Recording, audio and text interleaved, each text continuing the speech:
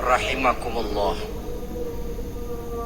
Pada pertemuan terdahulu sudah kita bicarakan bahwa orang yang menjalankan ibadah Ramadan dengan baik, dalam arti siang dia laksanakan ibadah puasa, sementara dia hidupkan malam-malam Ramadan dengan sholat tarawih, i'tikaf, tadarus Al-Quran dan sebagainya. Orang yang semacam itu keluar dari Ramadan dijanjikan oleh Allah, ghufira lahu ma taqaddama min zambihi, diampunkan segala dosa yang pernah dia kerjakan. Sehingga ia keluar dari bulan Ramadan seperti bayi baru dilahirkan oleh ibunya, bersih, tidak punya dosa kepada Allah lantaran sudah dibersihkan oleh ibadah Ramadan. Jadi dalam Islam dosa itu ditebus dengan taubat, dengan amalan kita sendiri, bukan dengan uang, tidak juga dengan beras. Saya percaya kalau dosa bisa ditebus dengan beras misalnya, barangkali Menteri Pertanian akan lebih dulu masuk surga. Kalau dosa bisa ditebus dengan uang, mungkin Gubernur Bank Sentral atau para Menteri Keuangan akan menjadi penghuni surga nomor wahid. Dalam Islam dosa ditebus dengan taubat kepada Allah. Orang yang melaksanakan ibadah dengan baik di bulan Ramadan, keluar Ramadan, masuk 1 Syawal seperti bayi baru dilahirkan oleh ibunya. Pantas dia mengucapkan minal aidin, semoga kami termasuk orang yang kembali kepada fitrah, suci, bersih. Dia rayakan hari itu, hari di mana dia kembali kepada kesucian. Itulah hakikat daripada Idul Fitri. Dengan kata lain, Idul Fitri ini tidak bisa dilepaskan kaitannya dengan ibadah Ramadan. Hanya oleh karena kita melaksanakan ibadah Ramadan, maka kita rayakan Idul Fitri. Dengan bahasa yang lebih langsung, sebenarnya yang berhak merayakan Idul Fitri mereka yang mengisi Ramadan dengan kegiatan ibadah. Saudara-saudara kaum muslimin yang berbahagia, lalu bagaimana prosesnya? Yang pertama, manakala datang senja akhir Ramadan, wajiblah kita mengeluarkan zakat fitrah. Sebab Rasulullah sallallahu alaihi wasallam bersabda, saumul abdi mu'allakun ma bainas sama'i wal ardi hatta yuaddiya shadaqatal fitri. Sesungguhnya puasa seorang hamba bergantung antara langit dan bumi, yakni belum diterima oleh Allah sampai dia mengeluarkan zakat fitrahnya. Memang boleh mengeluarkan zakat fitrah itu sejak awal Ramadan. Itu waktu yang dibolehkan. Jadi saudara tidak mau sibuk, begitu 2 hari puasa lalu bayar zakat fitrah, boleh. Tetapi waktu yang wajib sejak terbenam matahari akhir Ramadan. Waktu yang terbaik untuk membayar zakat fitrah selesai sholat subuh sebelum orang berangkat melaksanakan sholat Idul Fitri. Waktu yang makruh setelah orang selesai sholat Idul Fitri lalu baru bayar zakat fitrah, makruh di situ. Sedangkan waktu yang haram apabila matahari terbenam pada hari raya tanggal 1 Syawal baru mau bayar zakat fitrah, sudah haram hukumnya. Jadi diawali dengan membayar zakat fitrah, dan ini merupakan realisasi daripada latihan puasa, cinta kepada fakir miskin. Orang bilang kan bulan Ramadan itu katanya bulan latihan. Kata orang Jawa, month of training, bulan latihan. Apa sih perlunya latihan? Kalau PSSI masuk latihan, tentu keluar latihan mainannya makin bagus. Elias Pikal masuk latihan, keluar latihan gaya tinjunya makin hebat. Itu perlunya latihan. Kalau latihan tiap hari tapi main kalah terus, orang kan bilang buat apa latihan kalau main kalah terus. Kita muslimin selama Ramadan sebulan penuh masuk latihan. Latihan sabar, latihan jujur, latihan disiplin, latihan sederhana, latihan mengendalikan nafsu. Berhasil atau tidaknya latihan itu kelihatan dalam gaya hidup kita sesudah keluar Ramadan. Kalau tidak, Ramadan sabar, habis Ramadan habis sabarnya. Ramadan rajin ke masjid, selesai Ramadan selesai ke masjidnya. Ramadan rajin baca Quran, selesai Ramadan selesai rajinnya. Itu pertanda latihan tidak berhasil. Maka salah satu latihan ini kita buktikan kecintaan kita kepada fakir miskin dengan kewajiban membayar zakat dan zakat fitrah. Ya Allah, sudah saya rasakan bagaimana tidak enaknya lapar dan haus. Sudah saya rasakan bagaimana tidak enaknya penderitaan orang-orang fakir dan miskin yang tiap hari kelaparan dan kehausan. Sebagai pertanda, ya Allah, saya keluarkan zakat fitrah ini untuk orang-orang fakir dan miskin. Itu kita keluarkan pada saat matahari akhir Ramadan terbenam. Masuk malam pertama bulan Syawal, malam takbiran kalau istilah di kampung kita ini. Allah Subhanahu wa ta'ala dalam Al-Quran menjelaskan, walitukmilul iddata, hendaklah engkau sempurnakan jumlah bilangan hari puasamu. Berpuasa sebulan penuh, 30 hari atau lebih sering 29. Bila sudah sempurna hari puasa itu, walitukabbirullah, hendaklah engkau agungkan Allah, hendaklah engkau bertakbir. Oleh karena itu disunahkan menghidupkan malam 1 Syawal, malam hari raya Idul Fitri itu dengan memperbanyak takbir. Sejak matahari terbenam selesai sholat maghrib, kita kumandangkanlah kalimat takbir itu dari rumah ke rumah, dari surau ke surau, dari masjid ke masjid, dari kampung ke kampung, pertanda rasa syukur kita yang tiada terhingga kehadirat Allah Subhanahu wa ta'ala, Tuhan yang Maha Esa dan Maha Kuasa. Entah kenapa, bila matahari akhir Ramadan terbenam, datang malam 1 Syawal, berubah perasaan kita.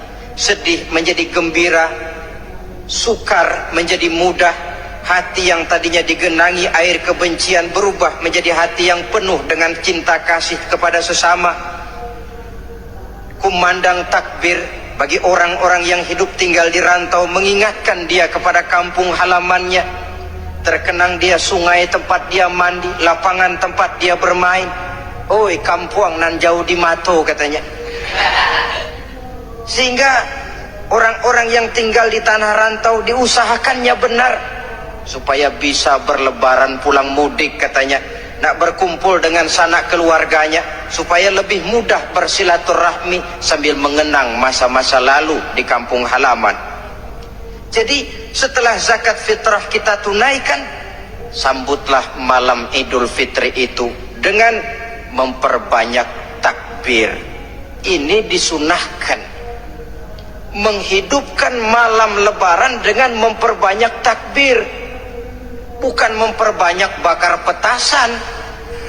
Itu kan pekerjaan mubazir, dan mubazir itu jelas perbuatan setan. Ada yang bilang katanya bakar petasan itu nambah syiar. Syiar macam mana datang dari petasan? Sebagian lagi berjaga-jaga juga, tapi bukan dengan memperbanyak takbir. Bergadang-gadang di pinggir jalan, ngebut dengan kendaraan aneka warna. Tidak itu yang diajarkan agama. Berkumpul kita di surau, berkumpul kita di masjid, paling kurang berkumpul di rumah dengan keluarga. Ramai-ramailah kita bertakbir, memanjatkan puji dan syukur kepada Allah. Ya Allah, kalau tidak lantaran petunjukmu, sulit rasanya melaksanakan perjuangan yang berat sebulan penuh ini. Melatih diri, membina takwa, mengharap ridho. Dengan lapar melilit perut dengan haus mencekik kerongkongan, bersyukur kami kepadamu ya Allah. Dan sebagai pertanda kami kumandangkan kalimat takbir memuji keagungan dan kebesaranmu. Allahu Akbar, Allahu Akbar, Allahu Akbar, walillahil hamd. Saudara-saudara kaum muslimin rahimakumullah, di dalam satu hadis dari Ubadah bin Samit diriwayatkan oleh Imam Tabrani, bersabda Rasulullah sallallahu alaihi wasallam, "Man ahya lailatal fitri lam yamut qalbuhu yauma tamutul qulubi." Barang siapa yang menghidupkan malam Idul Fitri, maka hatinya itu tidak akan pernah mati pada saat hati-hati orang lain menjadi mati.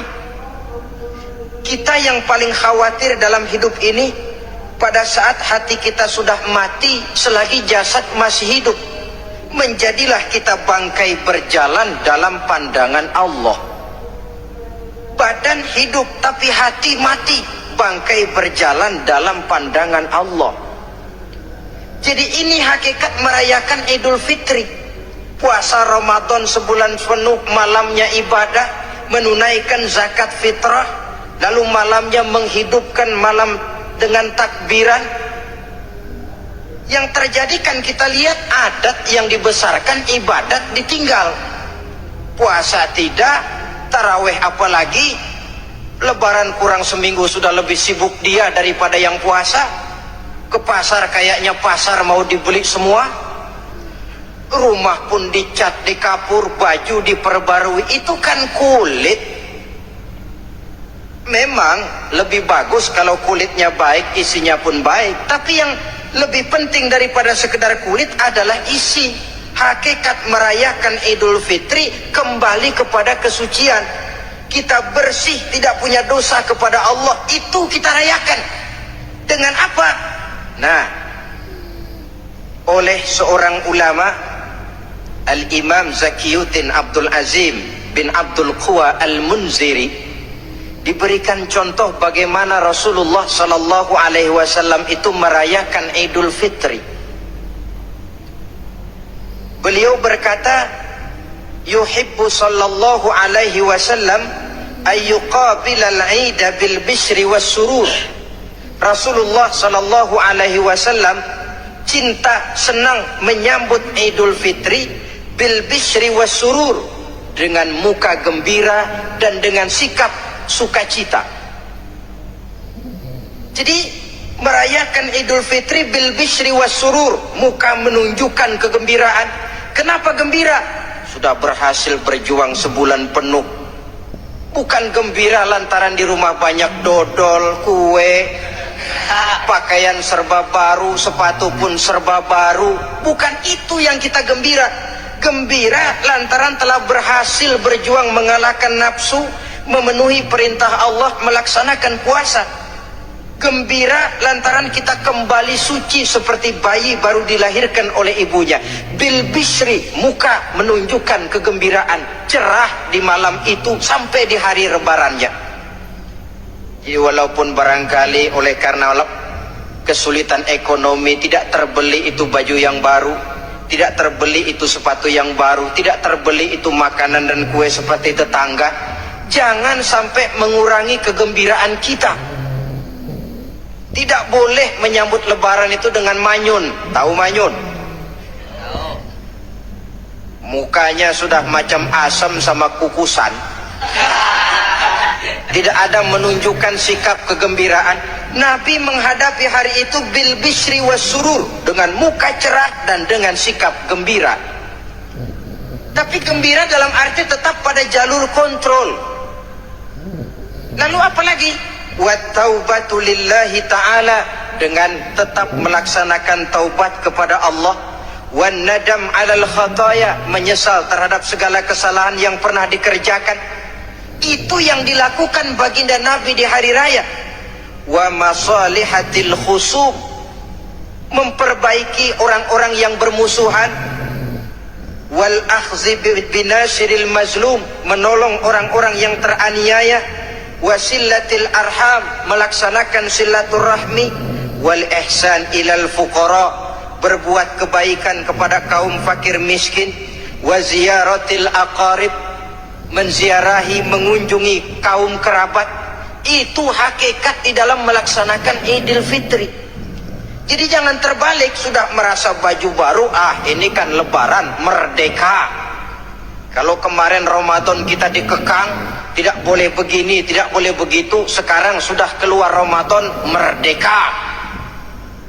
Lalu dirayakannya Idul Fitri dengan bermabuk-mabukan, dengan judi, dengan perbuatan zina. Itu sama saja dengan baju baru habis dicuci sudah diceburin lagi ke dalam comberan. Ini kan ibarat baju masuk Ramadan dicuci sebersih-bersihnya, keluar Ramadan masuk Lebaran tetaplah berusaha menjaga kebersihan itu. Kalau ditinggalkan Ramadan merasa merdeka, melemparkan lagi diri ke lembah dosa, sama saja baju yang sudah putih, bersih, ditriska bagus-bagus, tapi lalu dilemparkan lagi ke dalam comberan. Na'udzubillah min zalik. Saudara-saudara kaum muslimin yang berbahagia, jadi setelah zakat fitrah kita bayar, hidupkan malam Idul Fitri itu dengan mengumandangkan kalimat takbir. Lalu bila datang sholat subuh di pagi hari pertama bulan Syawal, kita laksanakanlah sholat subuh itu berjamaah. Jangan sampai terbalik, saking kepengennya sholat Idul Fitri subuhnya enggak. Ini kan sama saja kata orang nyari jarum kapak hilang. Tak membela yang sunnah, yang wajib disia-siakan. Sholat Idul Fitri itu sunnah saja hukumnya, sholat subuh wajib. Masakan yang wajib kita tinggalkan, lalu yang sunnah kita kejar-kejar? Terbalik tentunya. Lalu manakala usai kita sholat subuh masih mengumandangkan takbir, bersiap-siaplah kita untuk berangkat menunaikan sholat Idul Fitri 2 rakaat, lalu diiringi dengan khutbah hari raya Idul Fitri, 2 khutbah seperti khutbah Jumat itu, khutbah pertama dan khutbah kedua. Kalau selesai melaksanakan sholat Idul Fitri, maka kembalilah kita ke rumah dengan suasana gembira. Untuk apa? Untuk berhalal bihalal, istilahnya untuk berlebaran, saling meminta maaf. Kenapa?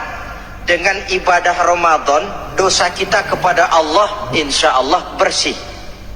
Tapi kan kita tidak cuma berbuat dosa kepada Allah, kita juga berbuat salah kepada sesama manusia. Dosa kepada Allah, taubat langsung kepadanya, sonder pakai calo. Tidak bisa saudara bikin dosa kepada Allah, datang ke rumah saya, Pak inilah saya kasih uang, tolong mintakan taubat saya kepada Allah. Ya tidak bisa. Dosa kepada Allah langsung bertaubat kepadanya. Tapi dosa kepada sesama manusia, Allah belum akan memberikan ampun kalau kita belum minta maaf kepada yang bersangkutan. Ini sulitnya. Kalau saudara dosa meninggalkan sholat, taubat kepada Allah.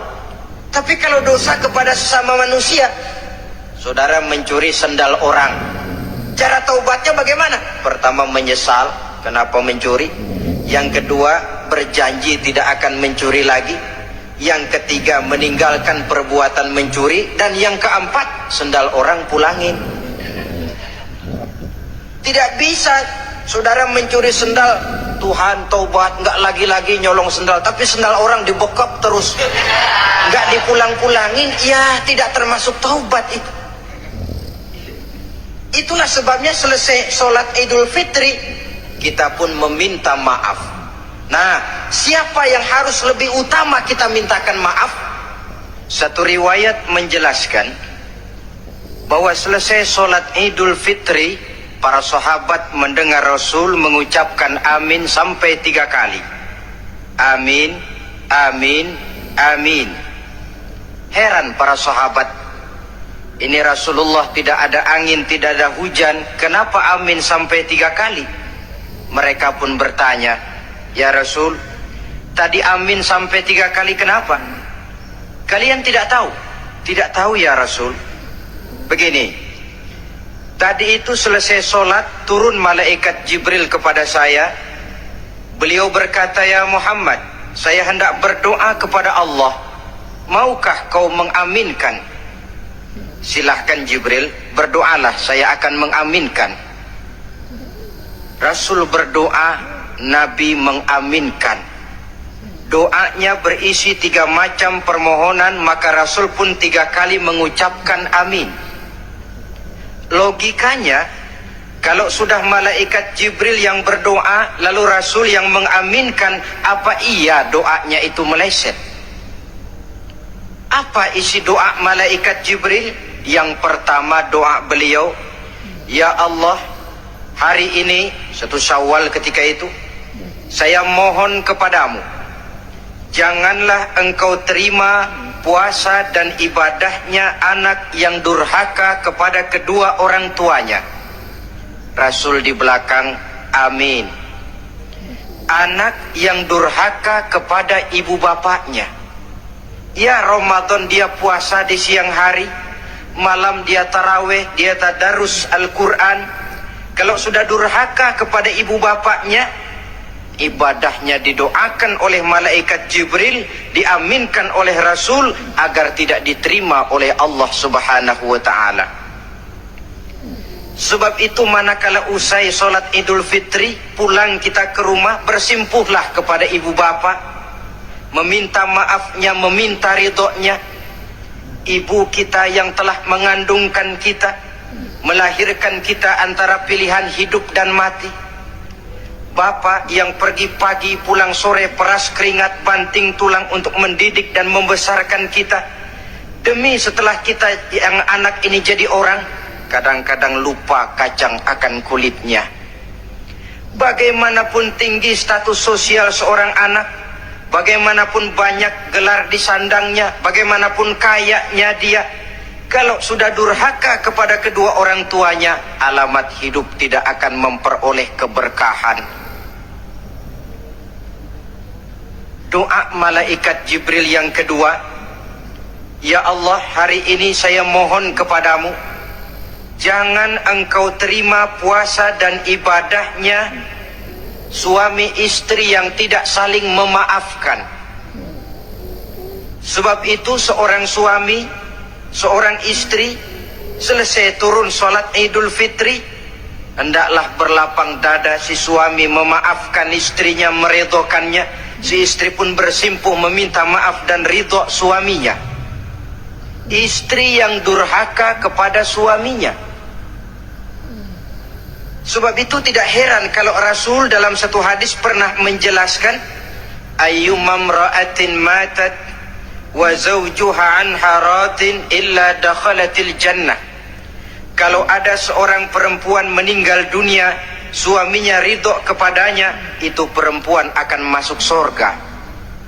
Ini artinya, kalau seorang perempuan meninggal, suaminya tidak ridho kepadanya, biar dia tukang sholat, biar dia ahli puasa, biar dia hadir di majelis taklim manapun, meninggal tidak diridhoi suaminya, pintu surga belum dibukakan sampai suaminya ridho kepadanya.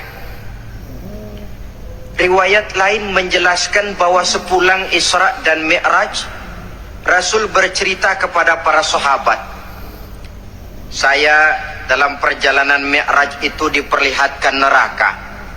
"Neraka ya Rasul?" "Iya." "Lalu bagaimana?"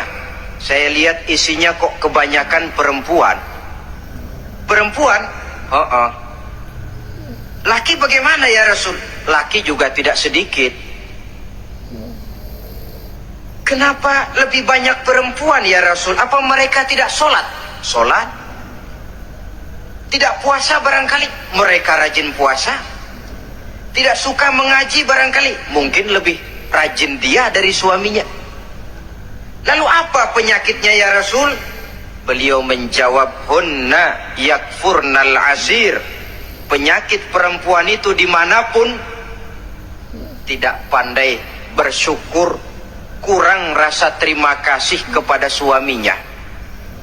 Suaminya yang bertahun-tahun pergi pagi pulang sore, peras keringat banting tulang untuk menghidupi keluarga, sekali saja terselip berbuat salah, hilang jasanya yang bertahun-tahun itu. Cuma salahnya saja yang diingat. Ibarat kata pepatah, panas setahun, habis dibalas oleh hujan satu hari. Habis dibalas oleh hujan satu hari. Malaikat Jibril yang ketiga, ya Allah, hari ini saya mohon kepadamu, janganlah engkau terima puasa dan ibadahnya muslim yang tidak mau memaafkan sesama saudaranya muslim. Tugas kita adalah meminta maaf, tetapi memberi maaf lebih mulia, karena memang memberi maaf lebih sulit daripada meminta maaf. Oleh sebab itu momen hari raya Idul Fitri intinya adalah halal bihalal. Bukan lalu merasa merdeka sudah ditinggalkan oleh Ramadan, berbuat sesuka hati, yang laksana baju sudah dibersihkan tapi dibenamkan kembali ke dalam lumpur. Yang kita inginkan agar bersih hubungan kita dengan Allah dan baik juga hubungan kita kepada sesama manusia. Hadis yang kedua, pada suatu hari ketika kumpul dengan para sahabat, Rasul bertanya, "Atadruna manil muflis?" Saudara-saudara, tahu nggak siapa orang bangkrut, orang sial, orang yang tidak beruntung itu siapa? Pertanyaan yang menarik. Jawaban sahabat macam-macam. Ada yang bilang, al-muflisu fina man la dirham lahu wa la mata'. Ya Rasul, menurut pendapat kami, orang yang bangkrut, orang yang sial, yang tidak punya duit dan tidak punya harta. Itu jawab sahabat, dan begitu jawab banyak orang sekarang. Siapa yang banyak uang, raja dia, yang tidak punya uang, bangkrut dia. Sampai-sampai pepatah orang Arab bilang, inna darahima fil amakini kulliha taksur rijala mahabatan wa jalala. Uang itu di mana-mana katanya bikin hebat orang yang memilikinya. Coba lihat orang yang tidak punya uang dengan yang punya uang, jangan gaya hidupnya, gaya jalannya saja lain. Coba orang kerja itu hari Kamis sama hari Sabtu lain jalannya. Hari Kamis loyo, lesu, manyun. Tapi kalau sudah hari Sabtu gagah bukan main. Kenapa? Ada uang di kantongnya. Wahia lisanun liman arada fasahatan. Uang adalah lidah yang paling fasih untuk bicara. Bicara lidah macet, coba uang yang bicara talk chair. Wahia silahun liman arada qitalan. Uang juga senjata paling ampuh bagi orang yang mau maju ke medan perang. Tapi apa benar begitu? Rasul menjawab, innal muflisa min ummati. Orang yang bangkrut dari golongan umatku. Umatku bukan orang lain. Bukan mereka yang tidak punya uang, kata Rasul. Bukan mereka yang tidak banyak hartanya. Orang yang bangkrut dari golongan umatku, mayyati yaumal qiyamah bi salatin wa siyamin wa zakatin. Orang yang di hari kiamat nanti datang menghadap Allah dengan membawa pahala solat.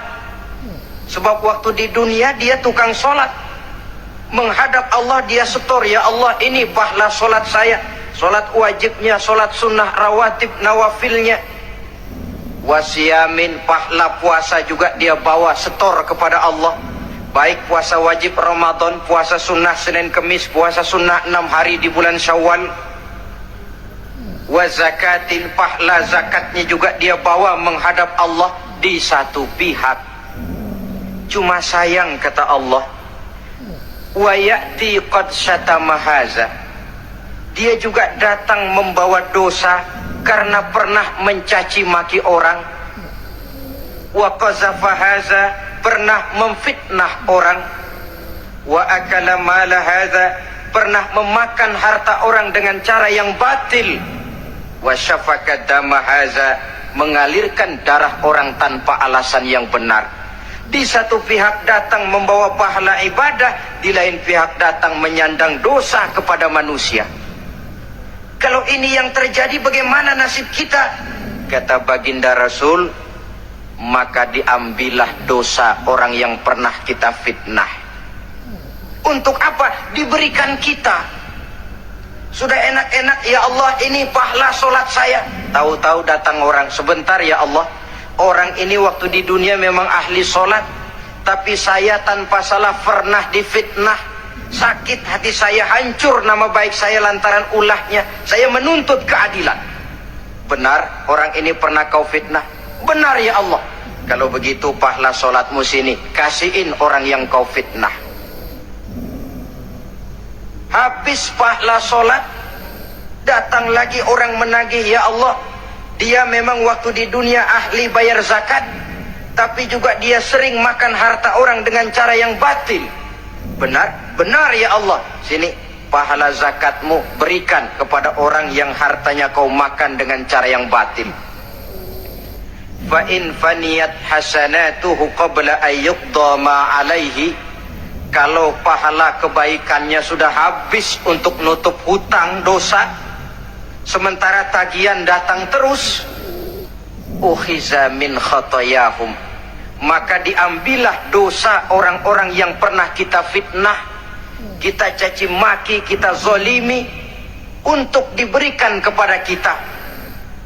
Apa enggak bangkrut ini? Sudah pahala dipretelin, dosa dikasih lagi.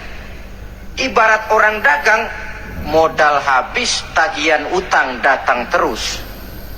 Apa pasalnya ini? Dia cuma baik kepada Allah, solatnya betul, puasanya bagus, zakat dia bayar, tapi kepada sesama manusia dia tukang fitnah, tukang mencaci maki, ahli makan harta orang dengan cara yang batil. Bangkrut nasibnya di akhirat nanti. Maka keliru kalau momen Idul Fitri itu dimanfaatkan untuk sesuatu yang merusak arti kesucian, merusak arti fitrah. Mari kita dengarkan hadis dari Wahab bin Munabbah. Inna iblis alaihi la'nah yasihu fi kulli yaumi idin. Iblis tiap hari raya Idul Fitri teriak-teriak. Akibat teriakannya, laskarnya, bala tentaranya kumpul. Ya Sayyidana, man aghdabuka?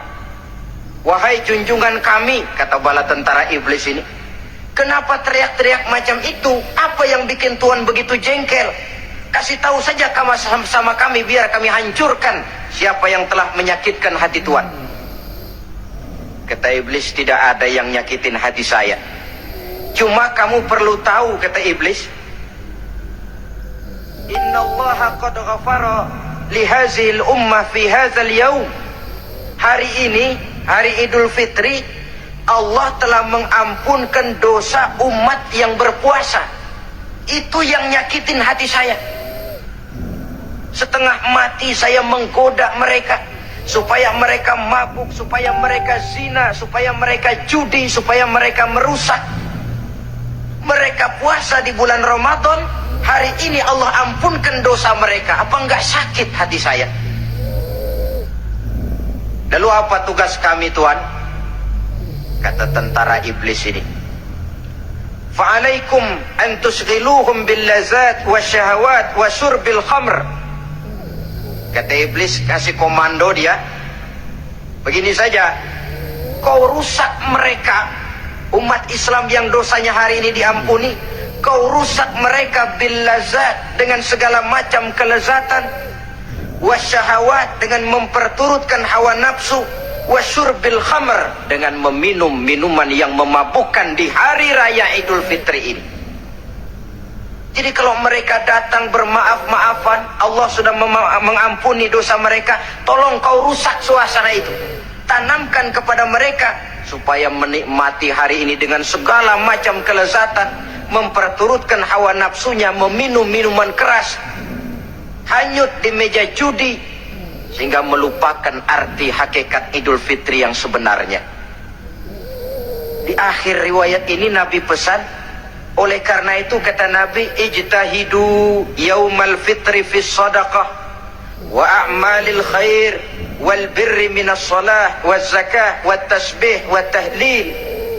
Oleh sebab itu kata Nabi, hati-hatilah kamu, sungguh-sungguhlah kamu pada hari Idul Fitri ini melaksanakan segala macam kebajikan seperti sedekah, perbuatan baik, solat, zakat, mengucapkan tasbih, tahlil, karena hari ini Allah telah mengampunkan dosa kamu.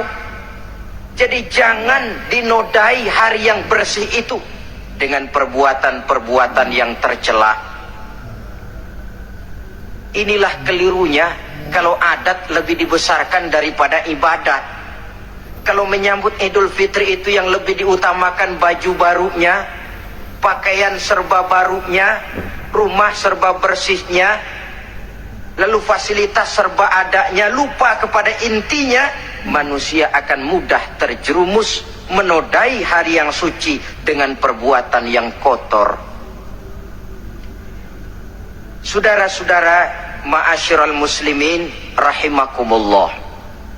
Karena itu Rasulullah sallallahu alaihi wasallam pernah menjelaskan apa hakikat hari raya sebenarnya. Beliau berkata, lil mu'mini khamsatu a'yad.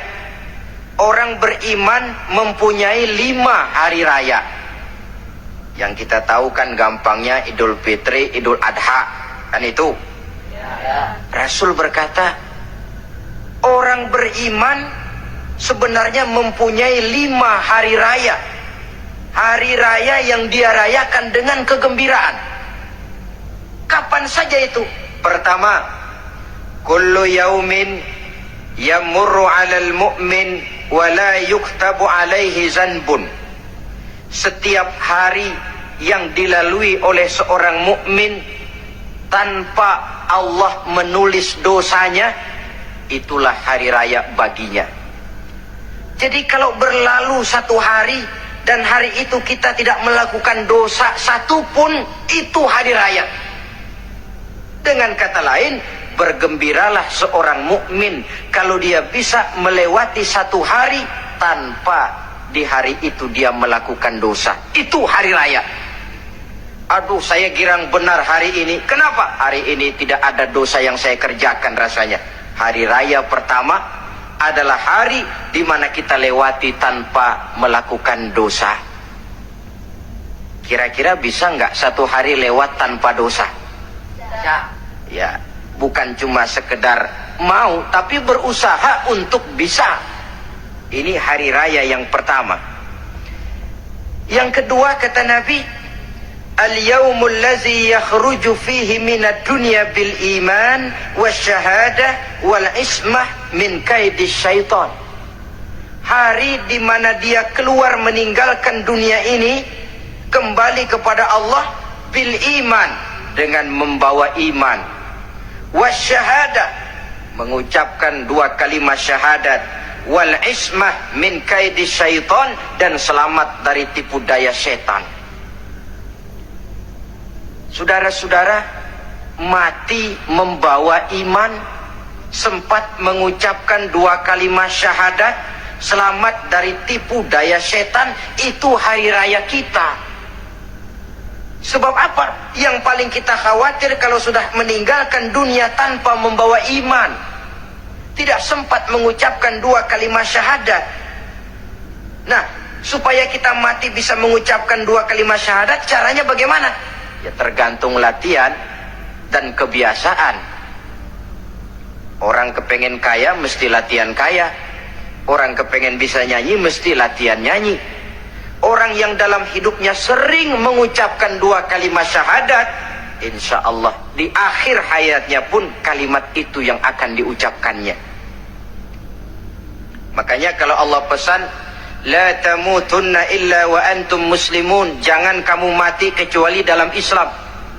Bagaimana supaya kita mati dalam Islam? Hidup ini pun biasakan dalam Islam.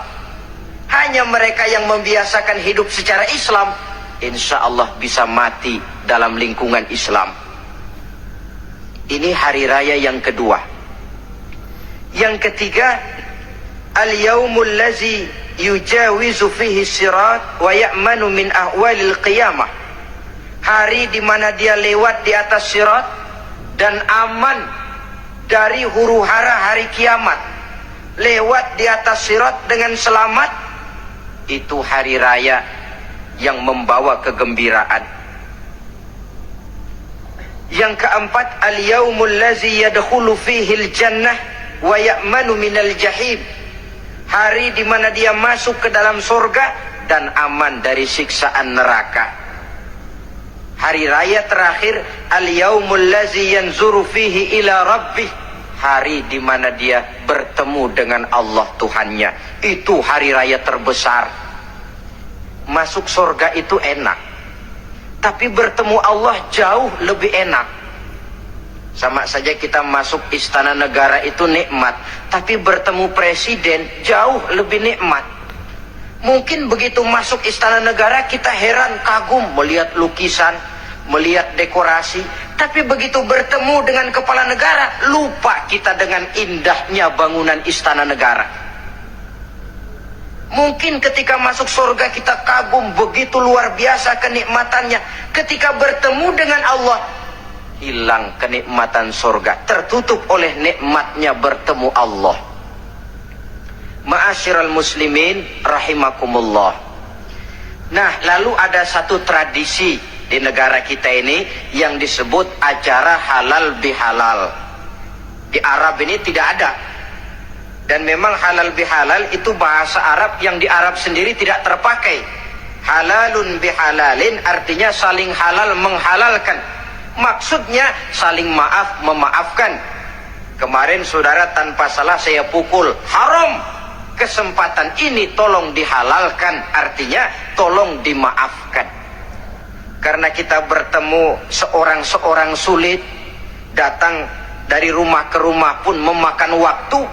Biasanya pun orang mengadakan acara kumpul, entah itu organisasi, entah itu kantor, entah itu keluarga besar, kumpul dalam satu acara yang lazimnya mereka sebut dengan halal bihalal. Rangkaiannya tidak terpisahkan dari puasa Ramadan, Idul Fitri, dan halal bihalal. Artinya, karena kita melaksanakan puasa di bulan Ramadan, maka kita rayakan Idul Fitri. Di dalam merayakan Idul Fitri, kita laksanakan acara halal bihalal. Tidak terpisahkan. Tapi rupanya halal bihalal ini sudah jadi milik nasional. Ya, kita ikut bersyukur menjadi milik nasional. Tetapi yang paling merasakan nikmatnya tentu mereka yang mengikuti prosesnya sejak semula. Pelaksanaan ibadah puasa, melaksanakan zakat fitrah, menunaikan sholat Idul Fitri, sampai kepada berhalal bihalal. Kemudian satu hadis lagi, Rasulullah sallallahu alaihi wasallam bersabda, isnani la yanzurullahu ilaihima yaumal qiyamah. Ada dua golongan manusia yang di hari akhirat nanti tidak akan dipandang oleh Allah, tidak akan diopeni oleh Allah. Siapa mereka? Pertama qati'ur rahim, yang kedua jarus su'i, orang yang memutuskan silaturahmi, dan tetangga yang jahat dengan tetangganya.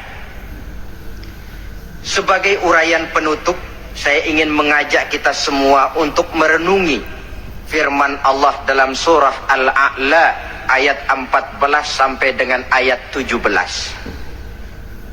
Qad aflaha man tazakka wa dzakara isma rabbih fasalla bal tu'thiruna al-hayata ad-dunya wal akhiratu khairu wa abqa. Qad aflaha man tazakka, sungguh telah beruntunglah orang-orang yang membersihkan dirinya. Ada yang mentafsirkan sungguh beruntung orang-orang yang telah menunaikan zakatnya. Sebab apa? Diri, jiwa ini kan bukan milik kita, milik Allah. Kita ini cuma hak pakai. Seperti saudara ini baju saya, saudara punya hak pakai. Kalau waktu saya ambil baju itu kotor, tentu marah saya sebagai pemiliknya. Tetapi ketika saya ambil baju itu memang bersih, terpelihara dengan baik, senang hati saya. Qad aflaha man tazakka. Sungguh telah beruntung orang-orang yang membersihkan jiwanya. Dia puasa di bulan Ramadan, malamnya dia tarawih, zakat fitrah pun dia bayar. Wa dzakara isma rabbih, lalu dia menyebut nama Tuhannya dengan mengumandangkan takbir, bersaut-sautan di malam hari raya Idul Fitri itu. Fasalla, lalu dia laksanakan solat Idul Fitri. Lalu apa? Bal tu'sirunal hayatad dunya. Tapi mengapa kamu lebih memilih gemerlapnya dunia? Melupakan inti, melupakan isi dengan mengambil kulit. Merayakan Idul Fitri dengan lupa diri, lupa daratan, bermabuk-mabukan, tenggelam di meja judi, hanyut di lembah zina. Bal tu'sirunal hayatad dunya, kau utamakan megahnya dunia, kau kejar gemerlapnya dunia, kau lupa hakikat Idul Fitri itu. Wal akhiratu khairun wa abqa, padahal akhirat itu lebih baik dan lebih kekal bagi kamu. Dunia yang segala kemampuan yang ada kita kerahkan untuk mengejarnya merupakan kenikmatan yang kalau ketimbang kenikmatan akhirat, berapalah lamanya. Umur orang sekarang paling panjang 80 tahun, jarang yang sampai 100. Jadi kalau Nabi mengatakan ad-dunya sijnul mu'min wa jannatul kafir, dunia adalah penjara bagi orang mukmin dan surga bagi orang kafir, itu betul. Yang salah kadang-kadang hadis ini digunakan sebagai senjata untuk menghantam orang Islam menjadi lemah.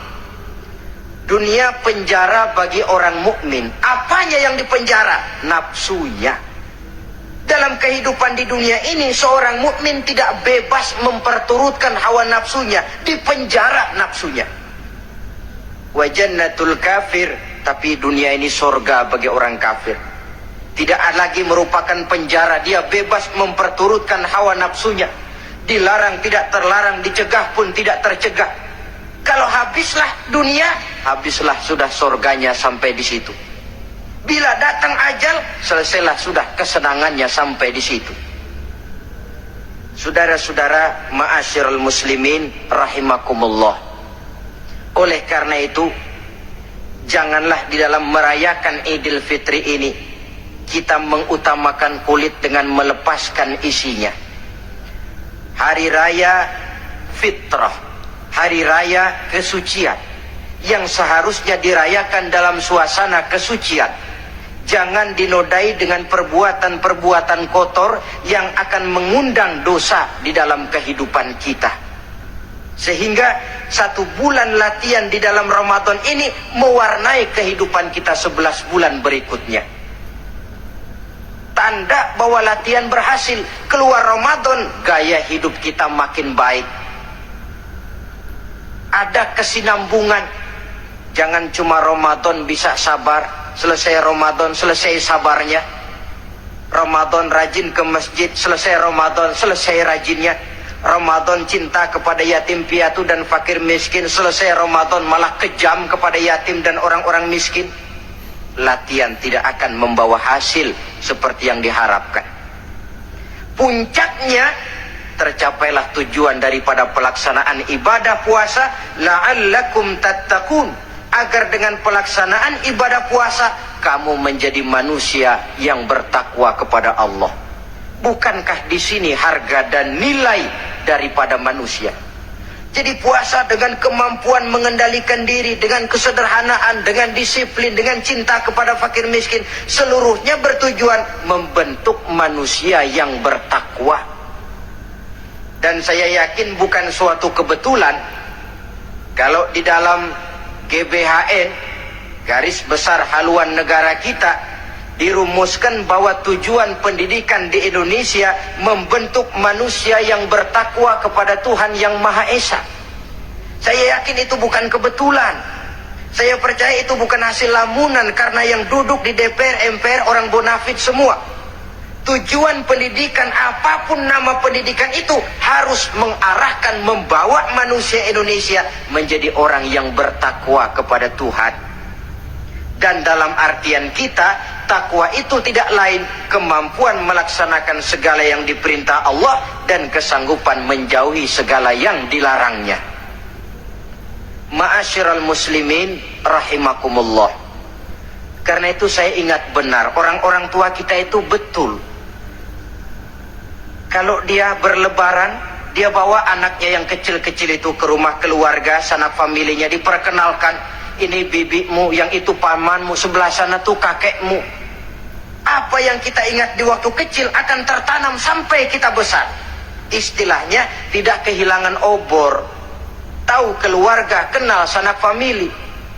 Yang terjadi zaman sekarang, kadang-kadang ipar dengan ipar berkelahi, kemenakan dengan kepenakan main hantam. Kenapa? Hilang obor, tidak ada yang memberikan penyuluhan bahwa dia masih keluargamu. Apa latar belakangnya? Kurangnya silaturahmi. Apalagi remaja sekarang kalau diajak pergi berlebaran kuno keragunan saja ngelihat uak.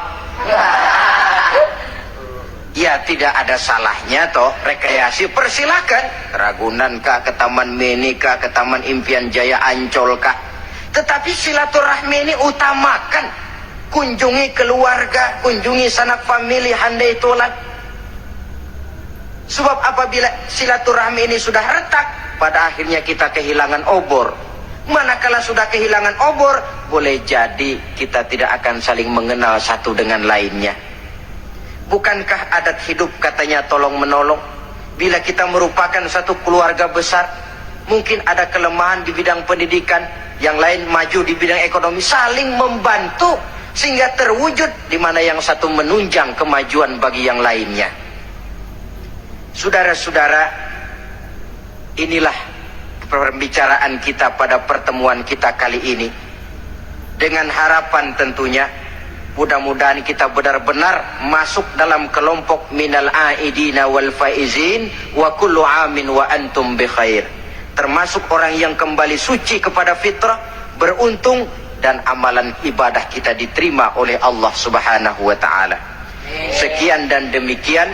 Terima kasih atas segala perhatian. Mohon maaf atas segala kekurangan. Usikum wa nafsi bitaqwallah. Wassalamualaikum warahmatullahi wabarakatuh. Waalaikumsalam warahmatullahi wabarakatuh.